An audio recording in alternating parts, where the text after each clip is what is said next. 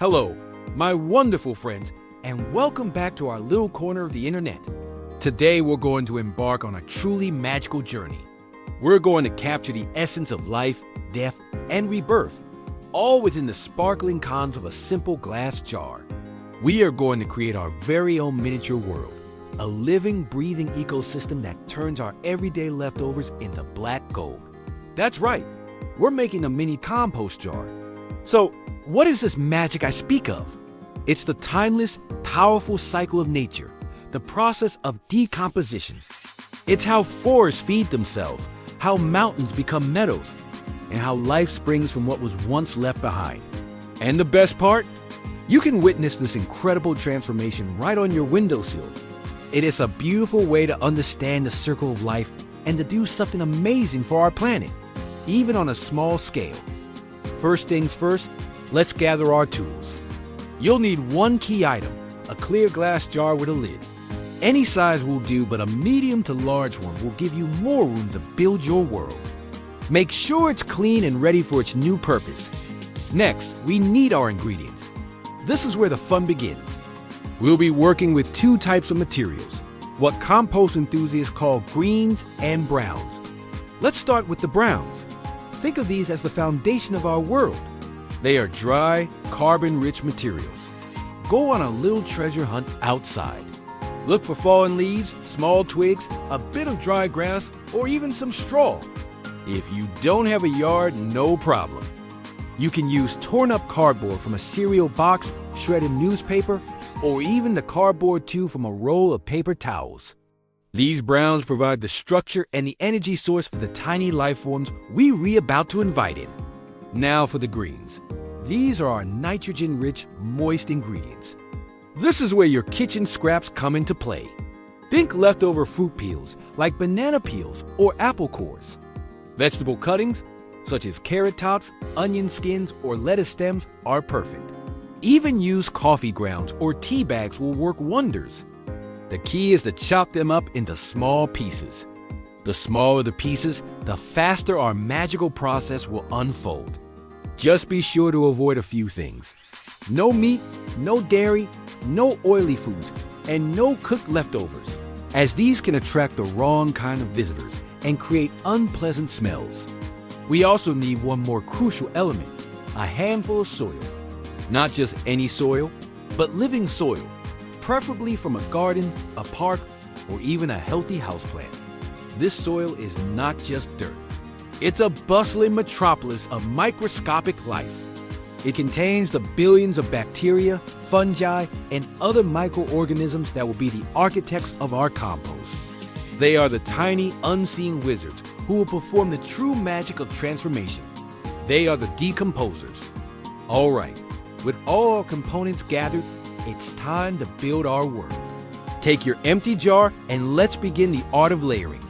We'll start with a layer of our browns at the very bottom, about an inch or two thick. This layer helps with drainage and airflow, ensuring our little world can breathe. Pat it down gently. On top of that, we'll add a layer of our greens, our colorful kitchen scraps. Sprinkle them over the browns. Remember, we chop them small to give our microbial friends an easier job. Then, on top of the greens, we'll sprinkle a thin layer of our precious living soil. This is like introducing the population to their new home. These microbes will immediately get to work. And that's the pattern. We repeat this layering process. Browns, then greens, then a sprinkle of soil. Continue this sequence until you're about 2 to 3 inches from the top of the jar. It's like creating a beautiful earthy lasagna. The final layer should always be a layer of browns. This top blanket helps to seal in moisture and prevent any fruit flies from being tempted to move in. Once your layers are complete, it's time to add a little bit of water. We don't want to flood our jar, just make it moist, like a wrung-out sponge. A small spray bottle is perfect for this. Give it a few spritzes.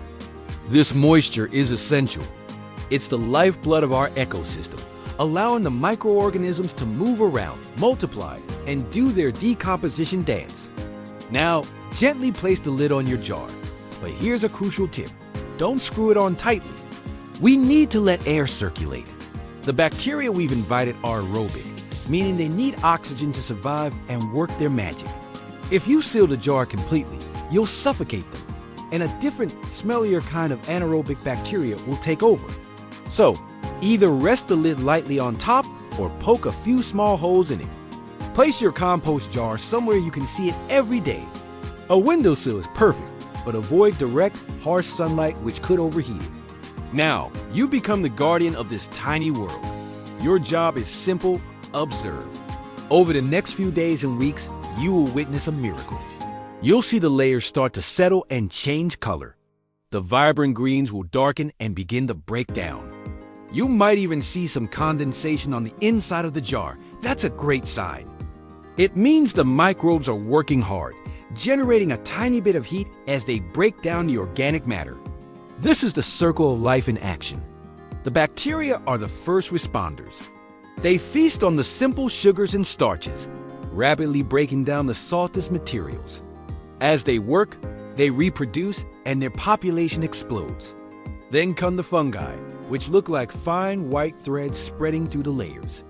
They are the heavy lifters, capable of breaking down the tougher, more complex materials like the woody stems and cardboard. It's a symphony of decay, a perfectly coordinated effort by an army of invisible helpers. Every few days, you might want to give your jar a gentle shake.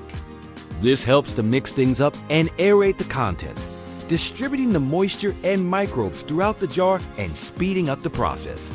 Also, check the moisture level. If it looks dry, give it another little spritz of water. If it looks too wet and sludgy, you can leave the lid off for a few hours to let it dry out a bit, or add some more dry, brown material to soak up the excess. As weeks turn into a month or two, you'll notice a dramatic transformation. The distinct layers will begin to merge. The kitchen scraps will become unrecognizable.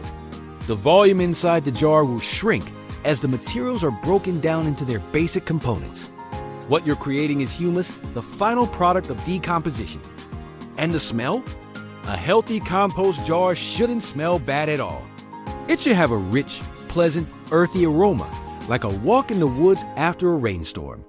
If it starts to smell sour or unpleasant, it's a sign that something is off balance. It usually means it's too wet and not getting enough air.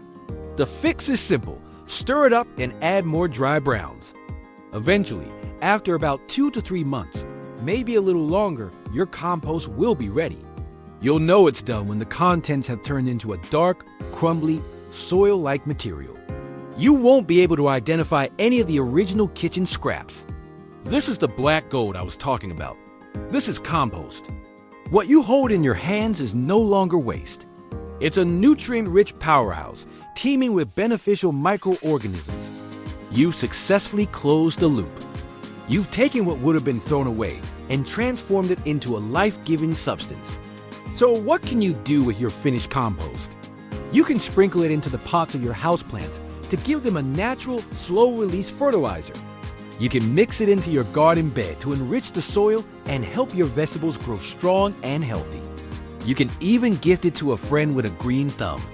Even this small amount makes a big difference. This little jar is more than just a science experiment. It's a story. It's the story of how nothing in nature is ever truly wasted. It teaches us about patience, about the unseen forces that sustain our world, and about our own power to create positive change. By turning scraps into soil, you're not just reducing waste. You're participating in one of the most fundamental and beautiful cycles on Earth. You become a magician, an alchemist, a guardian of a miniature world. I encourage you all to try this. It's a simple, fascinating, and deeply rewarding project.